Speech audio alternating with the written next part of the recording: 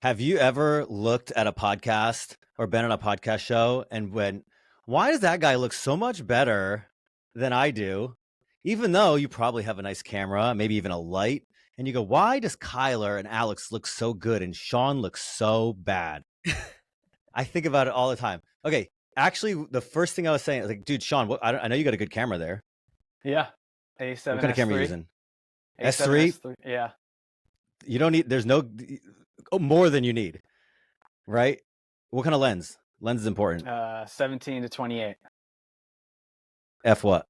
2.8. Okay. I'm on a, what am I on? I'm on a 15 to 35 f2.8. It's a Canon L lens, so it's Canon, so it's a little bit better. But but no, but actually, you know what the thing is? You know what Sharp you know what the lens. big you know what the big thing is I think you're too far against the wall. And that's the thing that I see with people in podcasting, both in person and on Zoom all the time, is they don't think about contrast of depth, right? So with Sean's set, there's just not that much separation from foreground and background. And so the two ways you could solve this is, one, you could put the camera much closer to you and do a tighter crop. Oh, I got a little zit there. See, that's why, that's the downsides of that way, right? But if the farther back I go and the bigger the frame, the more I blend in with the background. So what I would suggest is, maybe shooting it. I don't know what you're shooting it at, but I'm shooting this at right now is 28. But I actually tightened it up because I know Kyler's been looking better than me, and I wanted to compete. The first, So, anyways, yeah. go ahead. Sorry. No, the first pod I had a 35 on, but it was too, because my camera's mounted right above my monitor, but it was like too tight. So it was like I was like down here in the framing, and I was like watching it the other day with Sean. And I was like, dude, yeah, that looks terrible. So I switched out. I'm on a wide right now. Yeah. So it probably feels more comfortable, but I know for when you have that compression, when you're really tight to the camera and the background's really far away, you get a really deep look. So Sean, that's what I would recommend. And for anybody, for all our many, many listeners and viewers, which are actually, the numbers are going up. If you want to look better on camera, separate yourself from the backdrop, and then you'll get a deeper frame. Copy that. Tip of the day. Tip of the day. All right. How you guys doing? Doing amazing. I'm hyped up after yesterday, especially. Yeah? Yesterday was It's a great. good day. What happened yesterday? Did some goal setting.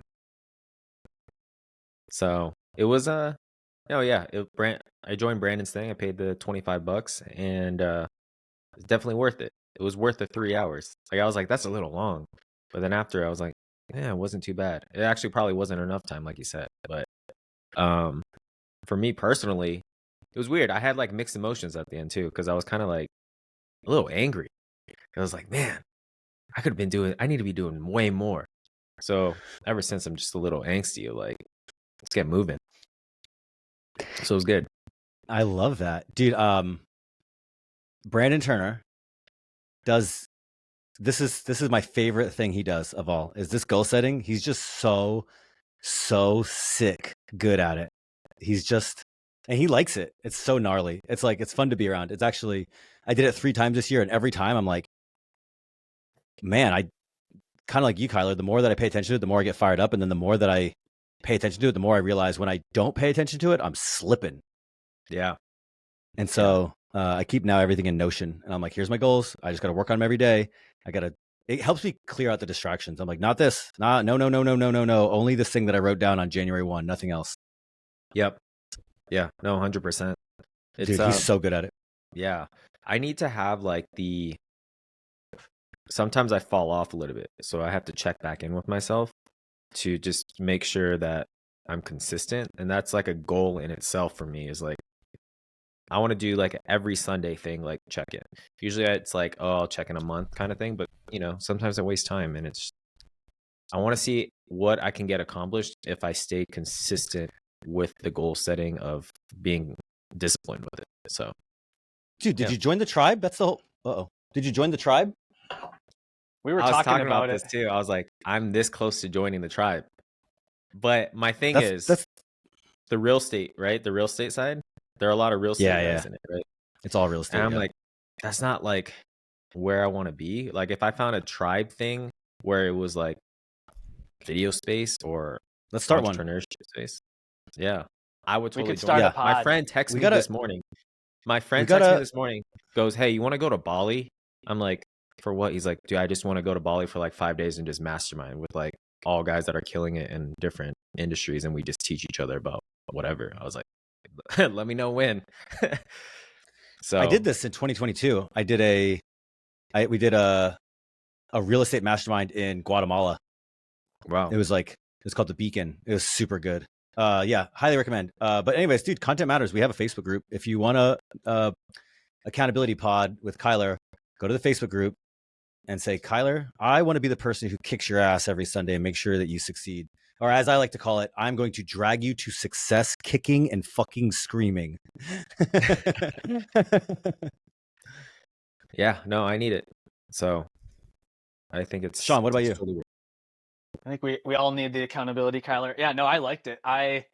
Similar to Kyler, I thought like going into it, like 3 hours is kind of long. And then about halfway through, I was like, they didn't really give us enough time here. So I was like, I wish it was like 5 hours. Like me and Kyler were calling each other in between the breaks. And then at the end, we kind of hashed out and talked and we're like writing some more stuff down. I still have mine here. I'm like, how can I, if it's top of mind, I think and we're talking about it more and we're checking the progress regularly. So I loved that he was like deconstructing it to like even just quarterly goals. Cause like right now it does not seem as intimidating for me to be like, all right, plan for quarter 1 and quarter 2. Like I'm just planning towards July pretty much. And some of the ways that the worksheets kind of tied it back in to make the statement. And then I really liked how there's different ways that we can measure the goals, and he was talking about that where like sometimes they might all be saying the same thing, whether it's like, I want to lose 50 pounds or bike twice a week. You might be able to lose the weight if you're biking, and so just kind of how you define it and how you say it. But like, and then also there's a point where it clicks where I was just like, I don't know if you guys are like this, but I was like, I want to do this. I want to do that. I want to do this. Like I was like, I want to rock climb at least once or twice a month, every month. I want to bike up to my cabin, which is like a 150-mile bike ride. I want to do this many events. I want to visit at least one new country. Like I felt like all over with some of the ideas, but it was good. Normally I haven't been that like buzzed off of like setting goals and talking to people, and he's really good at it. He's really good. He's so good at it. He's so good at it. 4 times a year we do that. Just to let you know, in the tribe, 4 times a year. Just letting you know. Love it. What were you doing during it? Were you doing the worksheets too, or were you just kind of? Well, I just did it a few weeks ago at our annual Vegas meeting. Remember, Sean, you were there. Mm-hmm. Yeah. So like I was sort of working, but no, actually, it's so interesting because like because he does it so often, it does messes me up a little bit because I get too far like in the business because I'm part of Better Life instead of focusing on, my goals. But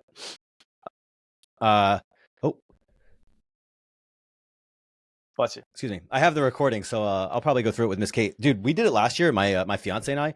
So I don't know if you did it with Trixie or Kyler. I don't know if you did it. I don't know your status, but like if you do it with the person, like, dude, it's so enlightening because I'm like, this is what I want. And they're like, oh, really?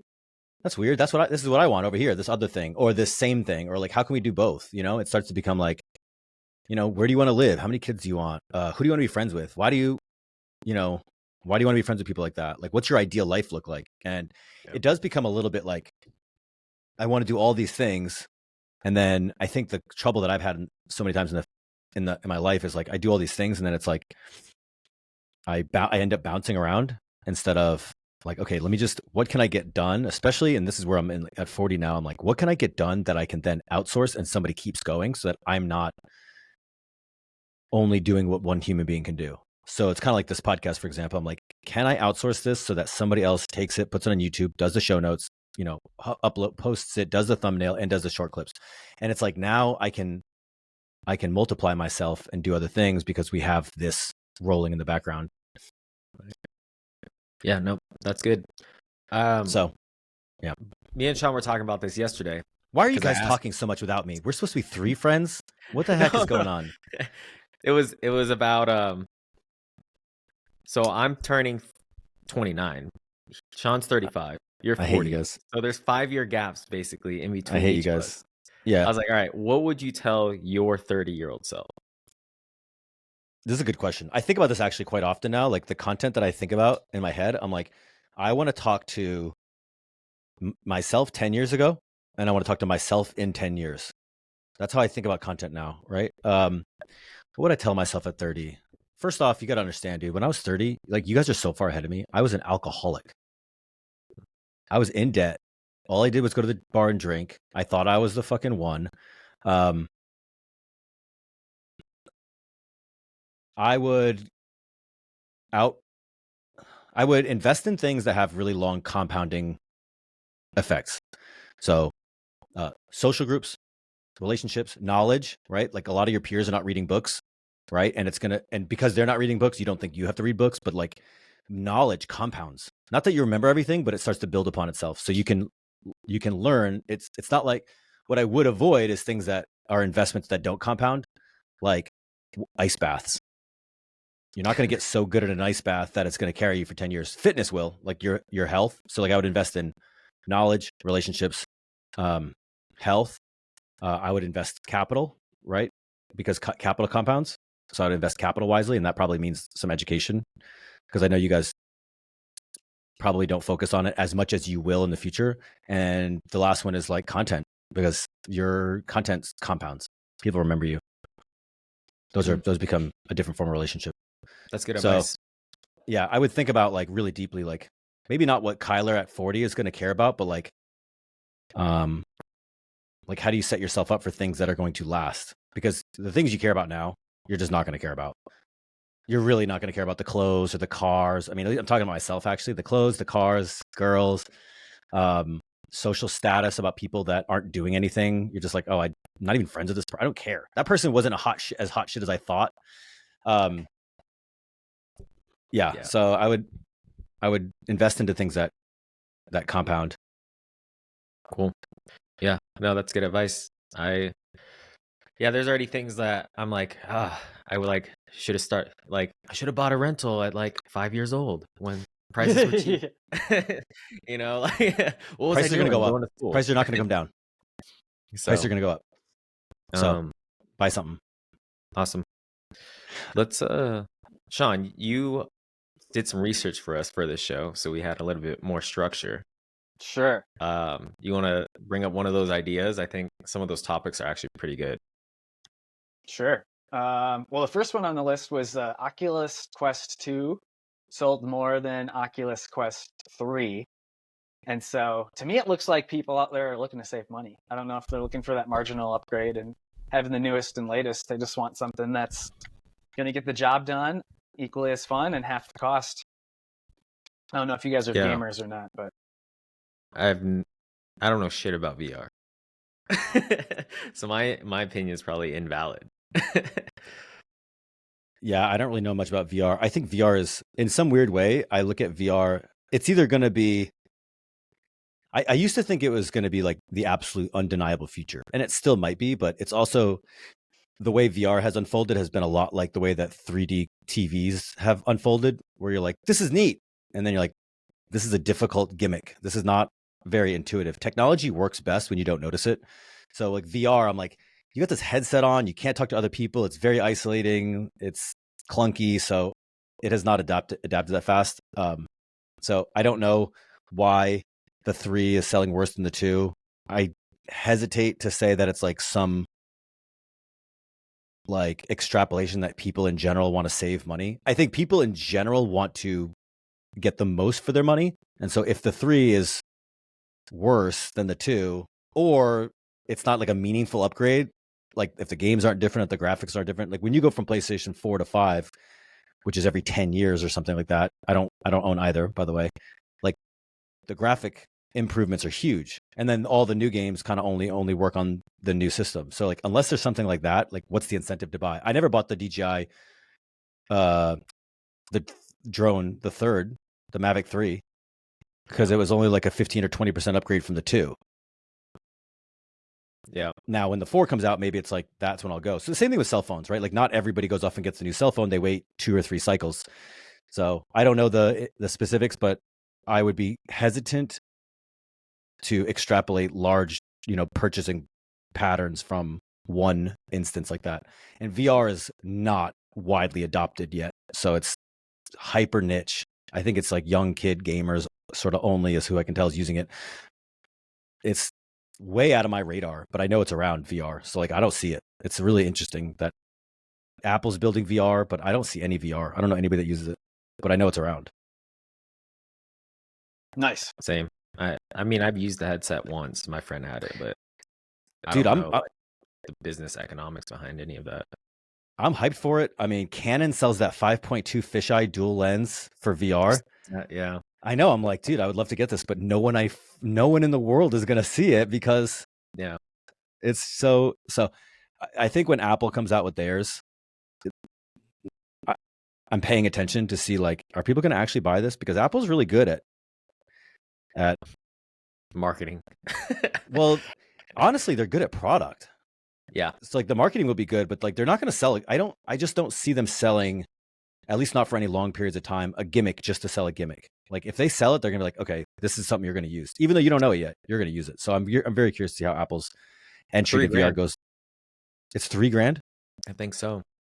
Yeah. But still, you can't take it out. You're not going to walk down the street with it. It's like, it's an at-home, very specific, like little, and you can only talk to other people in VR if they're using it. Like it's going to have to be like very big adoption. Yeah. At the same time for it to like take off, I think. It's crazy because it was Google Glass. Do you remember when that came out? And like, oh yeah, it was a shit show. 9 or something like that. I don't know. It was like they were so far ahead. And now people dumped on them. Yeah. And we're still trying to release something that's very similar and it's still not being adapted. Like it just shows how far ahead Google was on that tech. But well, it's coming. Like AR, I think the reality will be artificial, what is it called? Augmented reality. I don't think it'll be full virtual reality. Mm-hmm. Yeah. That's going to be the future. I think. I could be wrong. I think, or at least that'll be like the intermediary until you can get VR that's like maybe simpler, or I don't know, maybe have augmented reality during the day and then when you go home you plug into VR so you go immersive. But it's just so big and bulky and clunky now. It's just a it hasn't taken off. It's almost like it kind of reminds me of the rise of Bitcoin, where people are like, this is the future, and here we are like 14 years later, and I'm like, it's still kind of a joke. Nobody's using it for any real world transactions. Like it's around, people are using it, but not for any meaningful. Except El Salvador. Oh yeah. Wait, was it El Salvador that went all is Bitcoin? It El Salvador? I think you mean Venezuela.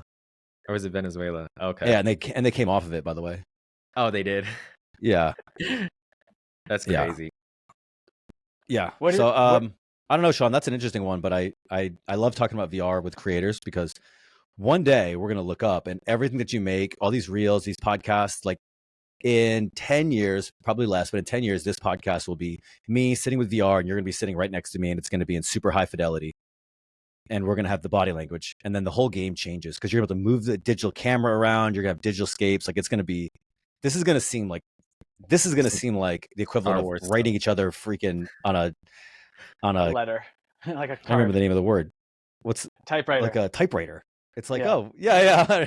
It's so long ago, I don't even remember the word. So it's like typewriter writing letters to each other. It's going to be what this is equivalent to VR. But I say 10 years, but it could happen quite a bit faster. Have you guys messed around with or seen any? So the other thing to talk about, the Meta Ray-Ban POV glasses. I thought those looked slick. I was kind of on the fence about wanting to buy them. They reminded me most of. What are they? They're like Meta's new glass that has a camera on the side, so you get like that POV kind of shot.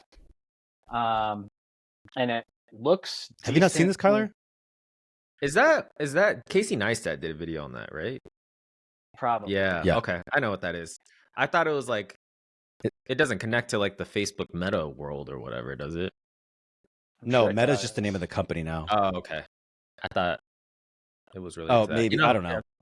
It's it's I think they're cool. I'm back to like, I feel like it's kind of gimmicky. I don't really need POV video at all times. I think, I don't know. Somebody's gonna How do high something cool with quality it, could and they then it'll. possibly fit into that? It's got a Tiny. 12 megapixel camera. It's got audio, so you can do speakers, which is cool. Except now you're playing fucking speakers out loud, which is not cool. And so yeah, you can do like, what's it called? Experience the companion app in your glasses, so you can see some of your stuff in the glasses. Apparently, is that what it says? I don't know. Interesting. I think it's just like a little bit of an evolution of like every piece of tech come into your. It's bionics, right? It's like, it's your watch, it's your glasses, it's everything you wear now. It's going to become more and more like cram full of neat tech. But it's like, I'm 40. I'm old, dude. To me, I'm like, this is a $300 gimmick. Yeah, I look at that same way. It's like, all right, we still have a cell phone. It's like we've gotten to the point where we're so lazy we can't pull our phone out to record something. We got like press a button on our sunglasses and just walk around and record things. I don't know. It seems more like a spy kind of thing. It's like, oh, I'm going undercover. I got to do whatever. Actually, Noah Kagan had a video on that, right? He went to banks or something and had his little spy camera.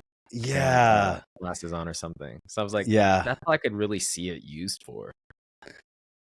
But I don't know. Maybe someone will think of something creative. I mean, Look, GoPro's got it down already. For like creators, I love it. Okay, for creators, I love it because you can make all sorts of new stuff. So when it comes to this stuff, if you're a creator, like, I am for it. But for me, just as my little unique Alex perspective is, dude, I think about money. Not only money all the time, but I'm like, look, I don't want to be broke with a neat reel on the internet because I spent $350 on these glasses and I made a neat reel and my reel got a bunch of views that doesn't pay me. And now I'm like working a job I hate or struggling or stressing about money because, like, I don't want to put creativity. It sounds so weird because I guess it's just how I am. I don't want to put creativity so high. I don't want to be a starving artist. I don't want anybody to be a starving artist. I want people to be rich artists.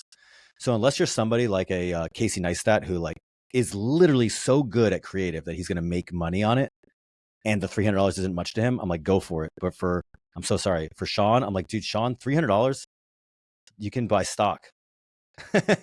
Like, that's stocks, bro. So that's where my head goes to.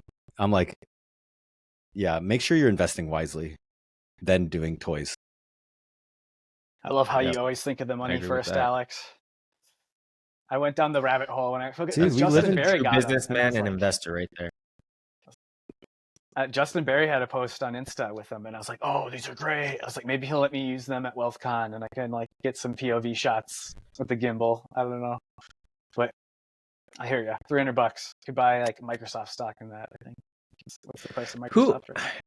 Now that Alex brings up like the money part, this is $20 on Amazon. This is a GoPro mount. Love it.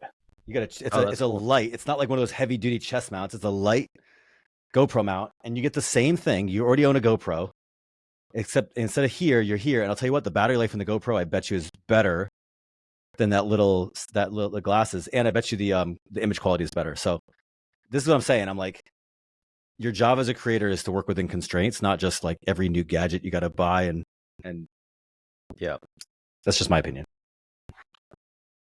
Valid. Well, I've wasted a lot of money on equipment, that's for sure. You learn the hard way, bro. Yeah, I have stuff that just sits there, collects dust. That's pretty much what it does. All right, should we go over the cash question, the one that I think Alex is going to really react to from the screenshot? Yeah, what was this thread? Did you see this organically, Kyler? Because I think I saw it organically. I'm not on Facebook too often, so I didn't see it. Yeah. Interesting. I think I saw it. I don't know if I saw it on. It's you want to read it, Sean? Sure. So why should we pay cash everywhere we can with banknotes instead of credit card? I have a $50 banknote in my pocket, going to the restaurant and paying for dinner with the restaurant owner, then uses the bill to pay for the laundry. The laundry owner then uses the bill to pay the barber. The barber will then use the bill for shopping.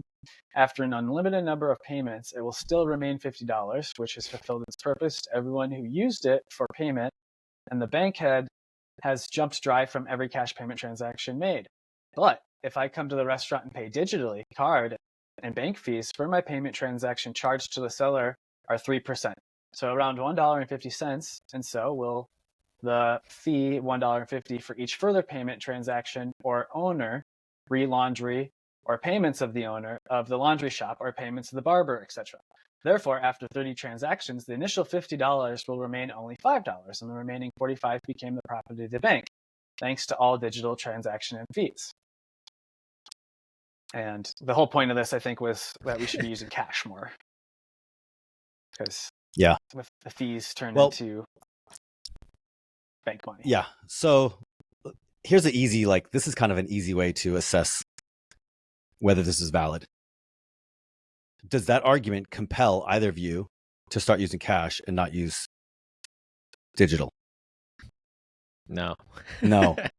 Convenience. So there you go. I mean, there you go.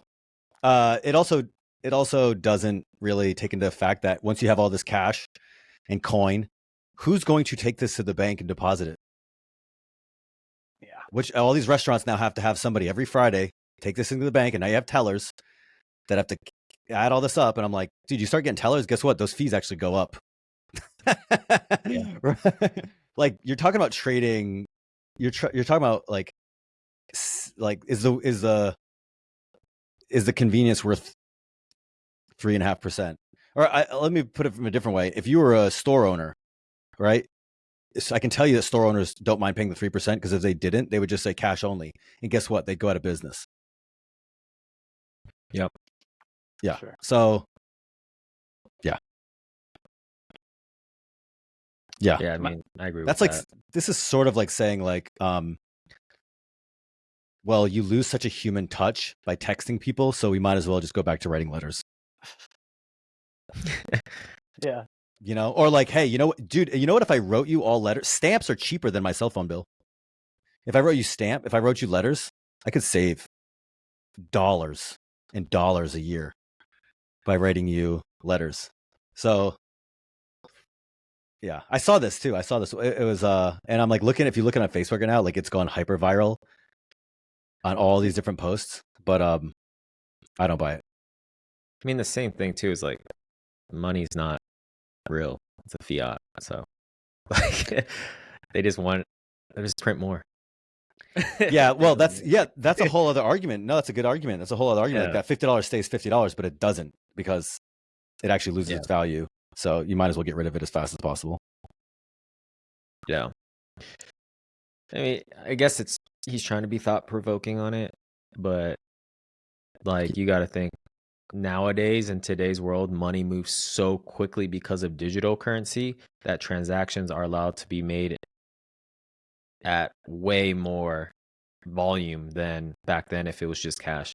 Like, like, imagine writing a check to someone that you bought something off Amazon. Like, you have to write a check or pay cash to Amazon every single time you bought something.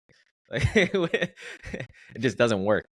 And then like, you would have to go to an Amazon store more than likely, or something like that, where it's like you got to pay with the cash, or like you're going to send that all in the mail.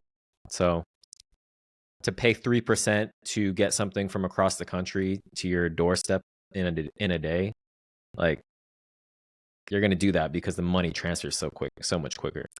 It's the convenience thing. That's the whole digital age changed it all. You can do things so much faster. That's why e-commerce exists. So I don't know. It just seems like someone that's just dying for old school. Yeah. And the banks loan out the money back to you anyways. So it's like, all right, if they do take the money, they're loaning it back out to businesses, investors, whatever it is. So it's like, it's just a cycle. They're not hoarding the money and then just keeping it. Like, the job of the bank is to loan it back out. So I don't know. That's my thought. Yeah, I agree. I think this is just the internet going like, look at this I mean, he didn't word it this way, but basically what he's saying is like, look at this, look at the cost of convenience. Yeah. You know, there's a cost for convenience. That's what it is. He just figured it out. The gold and white dress, or is it black and purple dress? At the end of the day, it's still a dress.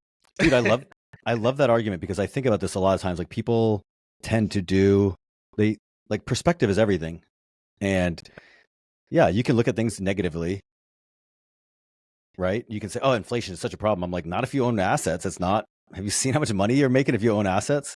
And so then you can say, well, people should own assets, or you can say, I should own some assets. So it's just, perspective is a lot of it. Accountability. The thing I think about with that last thing on that post is like every time I use the card, it's great because I have certain cards that I use for like the business, one that's just for travel, one that's personal. And if you're using cash, like you're not going to be able to document it as easily, you know?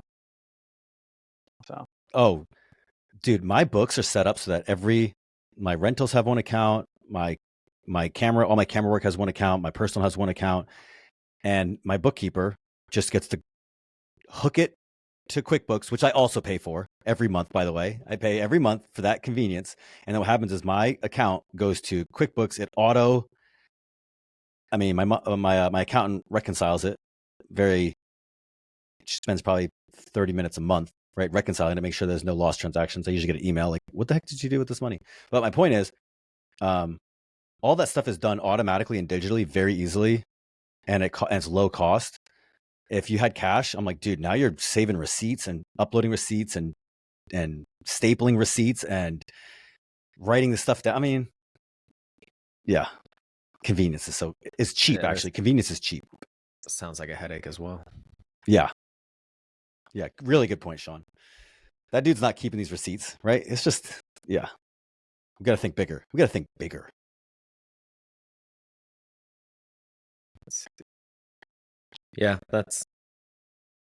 I think we nailed that. we poked the holes in it. Yeah, I think like that's written for someone that's the regular person in society. That I'm not saying we're better, but I'm just saying like that's not very well educated. Yo, Christine, save this clip. This is the clip I want to post on social. In the world, right? It's just like, actually, I have a little bit more of a cynical view of this. This is sort of the downside of the internet, is like everybody has an opinion and sometimes the dumb ones go viral. And this guy's like, oh, look at the downside of cash. I'm like, you're an idiot. But the world is full of idiots. So they're like, oh, who knew that there was the banks? They're so evil. They're making money on giving us this freaking gift of hyper convenience. And so it's just people like they're thinking one level. They're thinking about the $50. They're not thinking about the giant infrastructure that it allows us to operate in. Yeah. And you can also write off transaction fees. I mean, if you own a business at the same time, like I look at that on our bank statement, I'm like, well, I mean, kind of paid a lot, but it's a write-off. So it's like, it doesn't really hurt that. Just be a cash only business and see if that's better. Yeah, here, I charge 10 grand. I need cash. I need it in a briefcase. If you deposit, do you know that if you deposit more than $10,000 into a bank, you by law have to fill out a suspicious income form that the bank now goes to the IRS and says, hey, just so you know, this guy deposited $10,000 or more at one instance. Now you have to, then it comes back in your taxes and you have to be like, they make sure that you did deposit that and then you claimed it. So if you start going to like all cash, it's like, dude, now you're opening yourself up to way more work by having to explain all this thing. But I have a very strong feeling that this dude that wrote this has never done a $10,000 deposit. So yeah. I remember Grant Cardone was trying to go to the airport with like 100 grand in his duffel bag, and like the TSA stopped him. They're like, what are you doing with like all this money? He's like, it's my money. Don't ask me. It's hilarious. Yeah. But yeah. All right, Sean, what else you got? Okay, real quick. Just to piggyback what Kyler said, I watched a video. I don't remember who made it, but a guy like went to like a car dealership and was like, "Oh, like I'll buy this car," and then they're like, "Okay," and then once I got him to agree, he's like, let's go get the money. And he had like all cash and it was in ones. And it was like more of like a prank, but it was kind of funny because they're like, did you take cash? And he's like, yeah. And then he's like, okay. And it's like literally all ones, you know, and has them like in an airtight bag. Dude, yeah. when they say cash, when they say cash, what they mean is liquid. They mean a check. Will you take a check? Yeah, we'll take a check. If you actually pay in cash, here's another thing, because I worked in banking for a while. You might not know. If you have a bank, you get charged for depositing large amounts of cash. So the bank is the dealership is now gonna pay a fee for taking all the small bill for depositing all the small bills, because somebody's got to count it. Yeah. Yeah. So you're like, it's a funny prank. The dealership's like, this is expensive for us. Yeah. Also, too, bank notes or bills and stuff don't even, the lifespan is like not even long. It's like they take them and then they dump them and make new ones because they get broken down so easily. I have $49. Oh, check this out. This is how bad I am at cash. This is Colombian pesos. For some reason, are still sitting in my. I have $14 in Colombian pesos for some reason. Oh, and here's a €5 because I'm just a world traveler. I have no idea why I still have that in my. That's how little I pull out that I use cash. Oh, that's funny. You go to you tip the valet, and you pull out like a Colombian peso. $2. It's actually check this out, because the dollars are so different. That's 10 million. That's 10 million pesos. Jesus. Jeez. Just what is that worth? USD? Walking around with 10 mil like you're Grant Cardone. I know. What's it worth? Not much. A couple bucks. Yeah, that's crazy. Yeah. Sean, let's talk about that content post with Chris Williamson. Sure. I think that's a good one. So he posted on his YouTube compounding, channel. Yeah.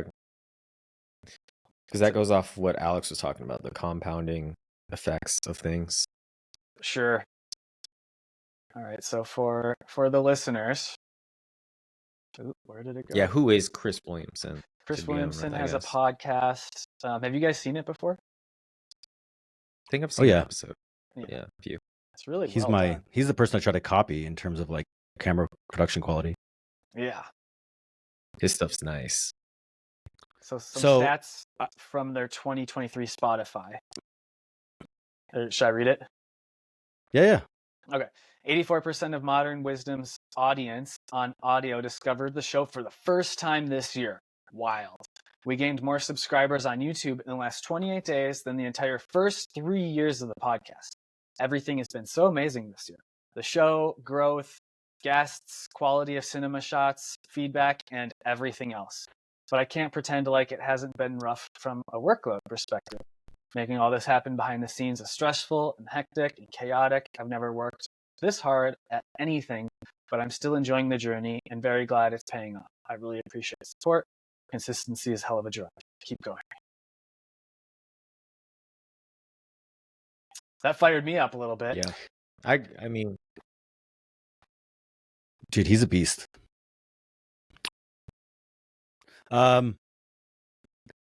Yeah, I mean, you guys probably see it just as much as me, but consistency is definitely the hardest part. And there's a lot of people who are consistent on the internet, and when they're consistent, like even lousy content goes far, and great content that gets posted once and that's it, like nobody knows about it. It really is and this is why my goal with this podcast is, like, I really think about it. Are you familiar with the term war of attrition? Do you know what that means? I've heard of it. I'm going to say I'll put it in Alex's terms for the listeners. War of attrition is basically like, people are going to give up. The attrition rate is just like people who like lose morale in a war. And so if you're like, hey, we're going to go to war for 10 years, it's like some people are they're going to quit. They're going to give up. They're getting tired of this. And so you just have to outlast them. And that's really how I think about content. Not to say you shouldn't be getting better and improving, but there's people on the internet that are around and going to continue to be around and have audiences. They just for showing up every day and doing something. And and most people quit. It's funny now too, because I've been podcasting on and off since 2017, and the people that I was like, man, that guy's killing it, I'm never going to beat him, they have now quit. And I think to myself, I'm like, if I had just done this once a week in some fashion, I don't care about the name, I don't care about, just every week Alex shows up, and not just Alex, but if I show up and I talk to people and I post on the line and I just sort of act, I try to provide value, like you'll just outlast people, and then you'll be the ones left standing. So not to say that's the only thing, but I love that for Chris, because he shows up, he asks good questions, he has a mission, he does it week in and week out, and he's getting rewarded for it. Yep. That goes with everything too. Like business, for example, you could be eating shit for a few months or a year or whatever, and then all it takes is a few good months to basically make what you've made all of last year. So I think what did I do? I did a little research on Black Friday actually, because I wanted to make a YouTube video about that. But yeah, for a lot of retailers, that's the month they go green. That's why it's called Black Friday. Yeah.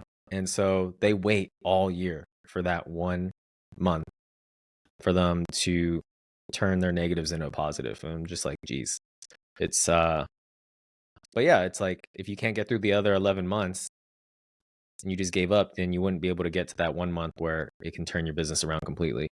So I've seen it with creators too. Like they'll be posting forever, and then one day I'll go and be like, wow, they were at a few thousand and now they're at 100,000. I've seen that with a few people that I know. It's like we're just like friends on Instagram or whatever, and then they start posting nothing really, and then you look back like a month or a year later, and it's like, dude, that person has like 50,000 followers. Where the heck did that come from? And then now all of a sudden you start seeing the sponsored posts, and you start seeing, I'm like, damn, they're doing it, but they showed up every day, and like I think it's realizing your potential too, because a lot of people don't think they can do it or they're not good enough. But I talk to so many people with dope personalities. I'm like, dude, you would be so good at it if you just kept going. Like, and then they stop. You're talking about me, right? You're talking about me? Yeah, you. I'm here. I'm only here to hold you accountable. That's it. Yeah, I appreciate that. No, but yeah, it's the compounding effects of content and stuff is insane. That's partially the reason why I got into it. Was it is a long-term thing. It's a digital catalog of your progress and growth. So yeah, I think about it like my real estate balance. I buy one house in 2014, and I'm like, one day this will be worth XYZ, and it's like, who knew that the real estate market was going to do what it did in 2019? And so you get this big bump in 2020, 21. It's like, dude, I have a bunch of houses. They all went up in value, and now they're flattening out, right? But I'm going to keep buying houses, and then it compounds. And now it's amazing how much they make me for doing no work. And I don't have a huge portfolio, right? I'm a small time investor, but it's amazing how even that little bit compounds. And then you're like, well, then you get the feedback mechanism.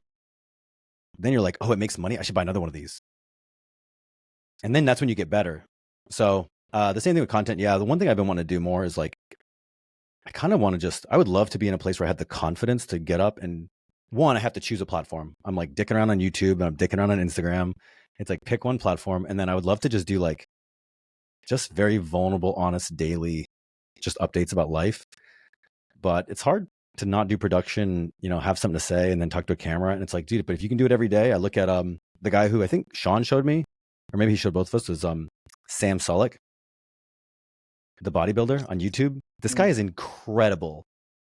This guy is that the guy with the long hair? He's like a bodybuilder. He's like a 23-year-old kid. He's humongous. Yeah.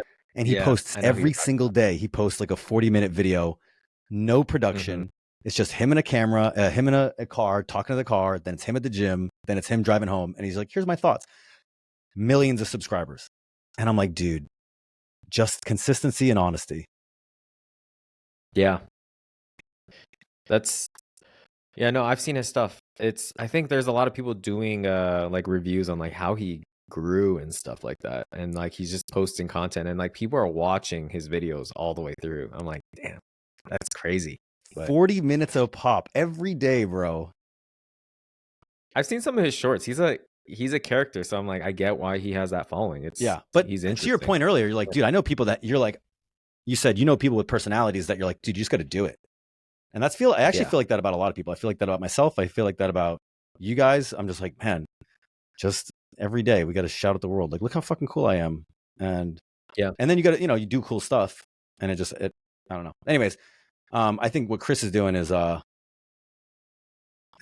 awesome. So happy for him. Yep.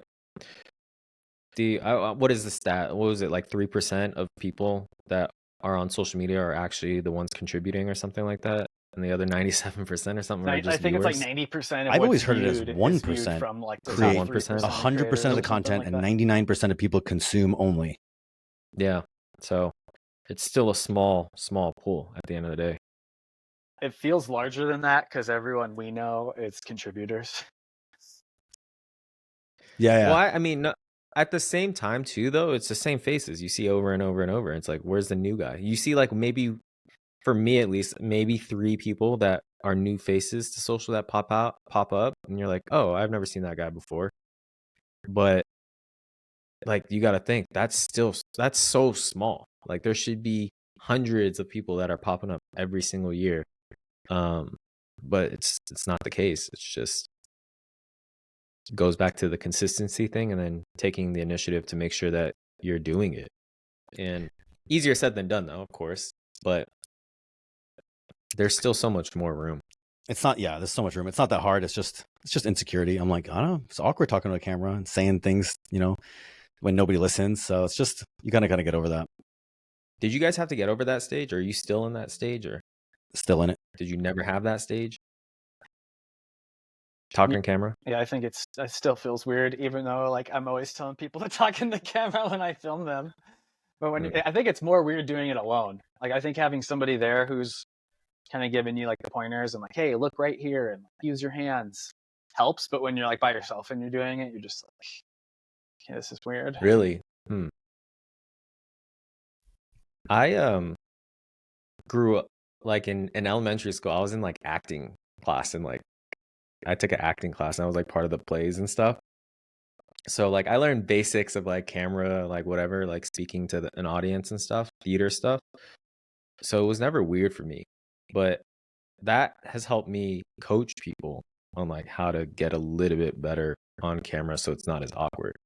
But some people just like freeze up, like their personality changes completely.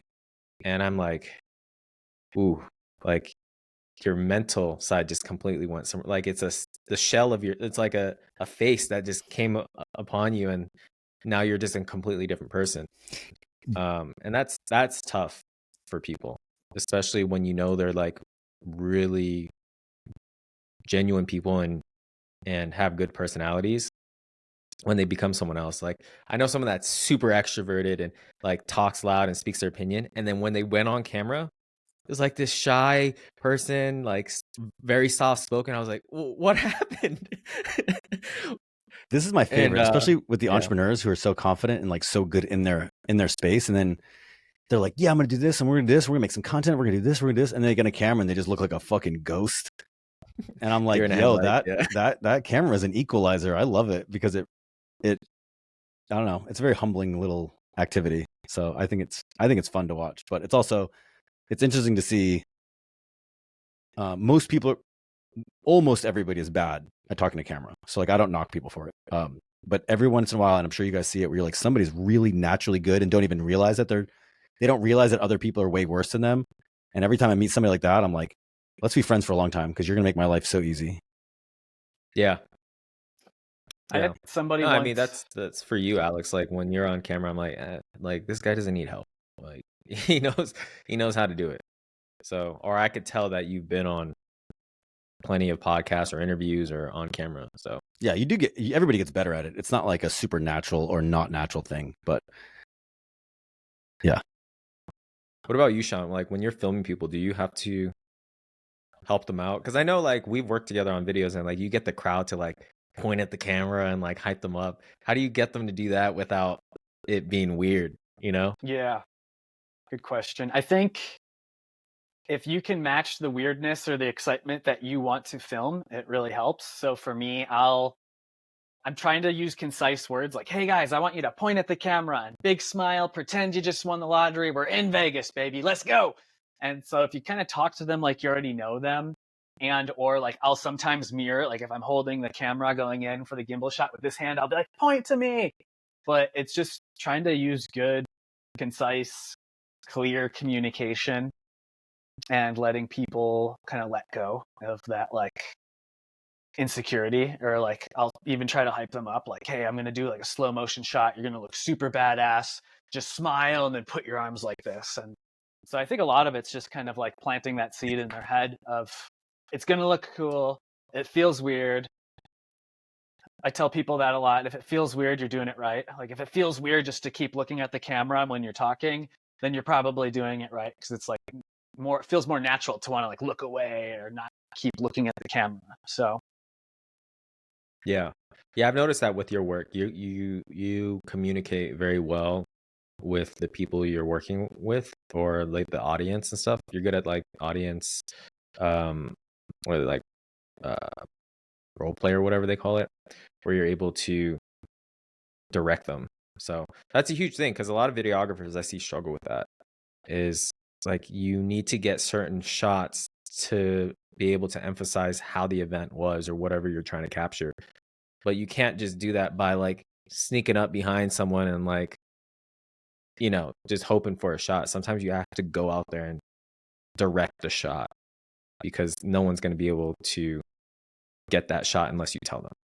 Yeah, people are not running up to the camera and being like, let's make something great together. I'll act for you. People are like, generally they run as fast as they can away from a camera. So you got to like force them, and people are fine if you force them, but you do got to do it. Yeah. I think it's always, go ahead. Oh, the other thing I was going to say, for me, like one of the reasons that I started to get much better on camera is because what I realized was I was asking people to do something that I wasn't willing to do. I was like, hey, do this, act this way. And they were like, oh, I don't like this. And so what I would do is I was like, okay, fine, you hold the camera and I'll do it. And then it forced me to like, get much better at camera. And then people are like, I don't know how much it always helps, but sometimes it helps. From like, here, you can do it, right? I'm not special. You can do it. I can do it.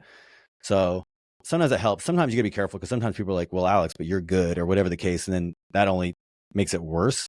But what I realized, at least for me, my own selfish reasons, whatever, is like when asking other people to get excited, talk to the camera, act audacious and crazy, I was like, I cannot, this is maybe my military training. Like the drill sergeant said this day one, like you cannot ask somebody to do something that you are not willing to do. And so now, like every zany, crazy thing that I ask somebody to do or say on camera, I'm like, I 100% whatever I'm asking you to do, I can have and will do. Yeah. No, that's good. That's a good piece of advice right there too.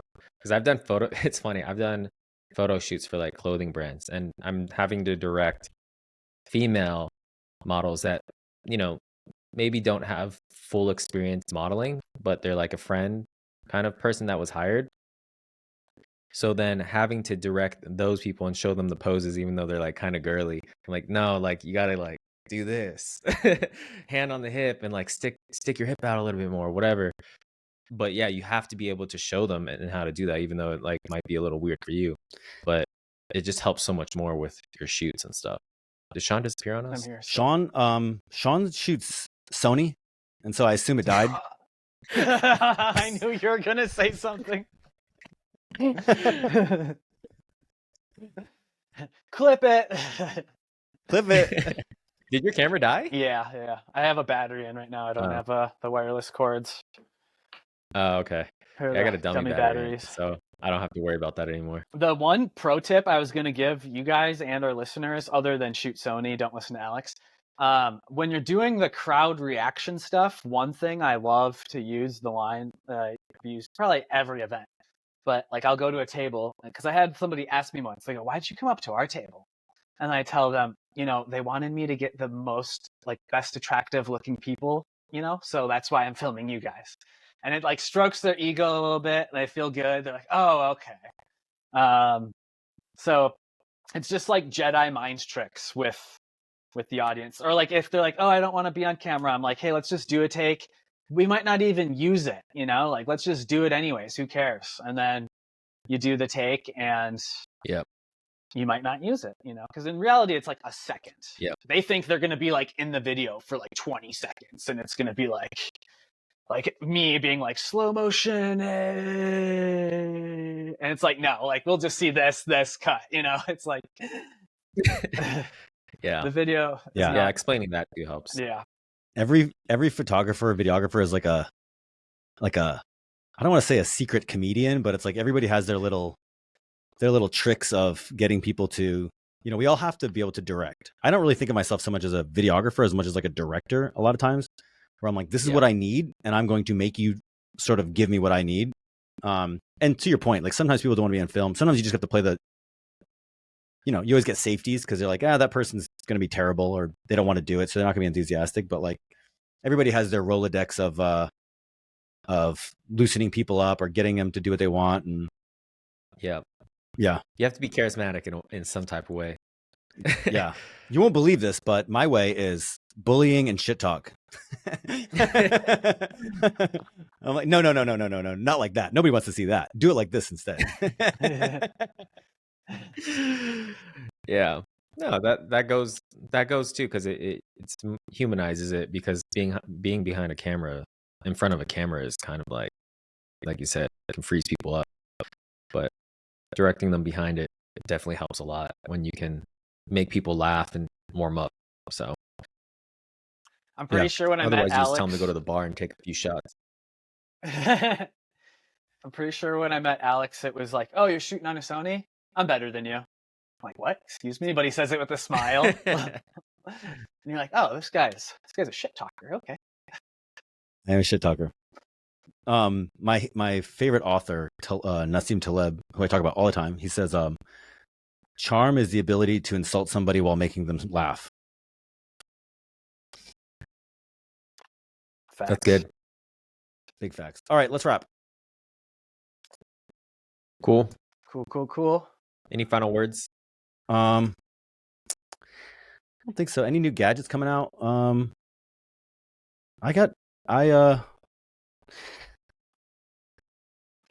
don't know. Did anybody you guys do any end of year recap videos?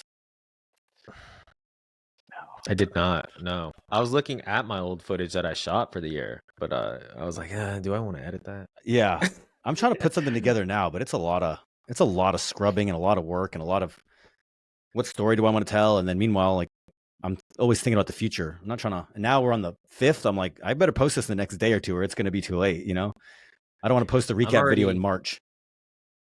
I'm locked in for this year. I'm excited. Like, I'm just getting my goals finalized, and I'm hopping into 2024. I'm trying to go in, do some big things. So Heck nice. Yeah. All right, let's stay accountable. Oh, we'll do a photo for our thumbnail. yes.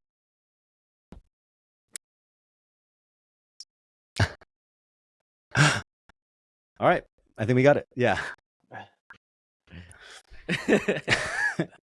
Thank you, Christine. She's great. Thank you. Sweet. All right. I'll guys. send you guys the link if you want the originals, and then Yeah. this will go on YouTube. And yeah, thank you both. Yeah. Let's I'll talk to you guys after this. Or, Yeah. Also, stay online so you can make sure that it all the way uploads. After we are Cool. done and you cancel, do you guys want to chat for like just 5 minutes after we're done with the episode? Just talk some logistics on some things. Or 2 minutes. Yeah. 2 minutes. Okay.